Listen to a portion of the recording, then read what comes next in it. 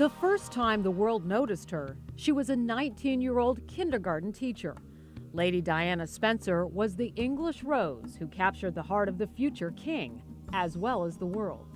But even from the time she was a little girl, it seemed the woman who would come to be known as the People's Princess was destined for greatness. Diana's got a reputation for having been the sort of ordinary person on the street who then became a princess, which of course isn't the truth at all. She came from a very aristocratic family that had been involved with the royal family for generations. The Spencer family's close proximity to the royals made Diana an obvious and appropriate choice to capture the attention of the Prince of Wales, who was looking to settle down quickly with a wife. Prince Charles was under pressure to get married. He needed to. He was getting to an age where he had to marry. And I think he was actively scouting around. So he had his eye on her, I think, for a few years before they actually met. But being part of the circle, she was always around. She was at the polo matches, she was at the parties and the balls and so on. Prince Charles eventually proposed to Lady Diana, and the two were married at St. Paul's Cathedral on a perfect July day in 1981. Diana, only 20 years old at the time, wore a dress with a 25-foot train. The wedding spectacle captivated not only the United Kingdom, but the world. It was enormous. Millions of people around the world watched it. It was probably one of the few early big television events that were genuinely global and watched everywhere. But the marriage that began with a flurry of hope and romance quickly turned lonely and dark for Diana.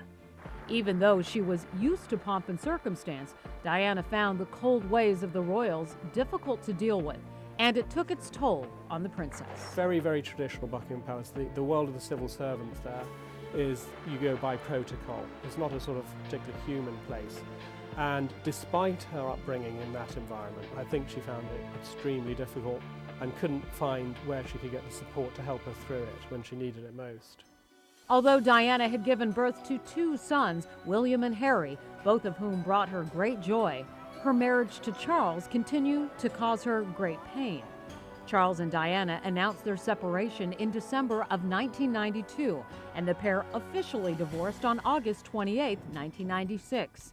Even after she was no longer a part of the royal family, Diana remained firmly planted in the public eye and in the public's heart. She had this extraordinary ability to just make people crumble in front of her.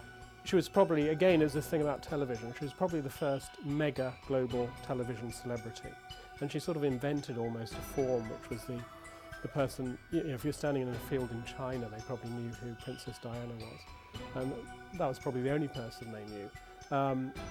But she also attached to it this charitable side, which is now very, very common, but we forget how unusual that was for her at the time. Princess Diana would continue her work with charities and global causes like fighting landmines and AIDS education until her life was cut tragically short in a Paris car crash when she was just 36 years old.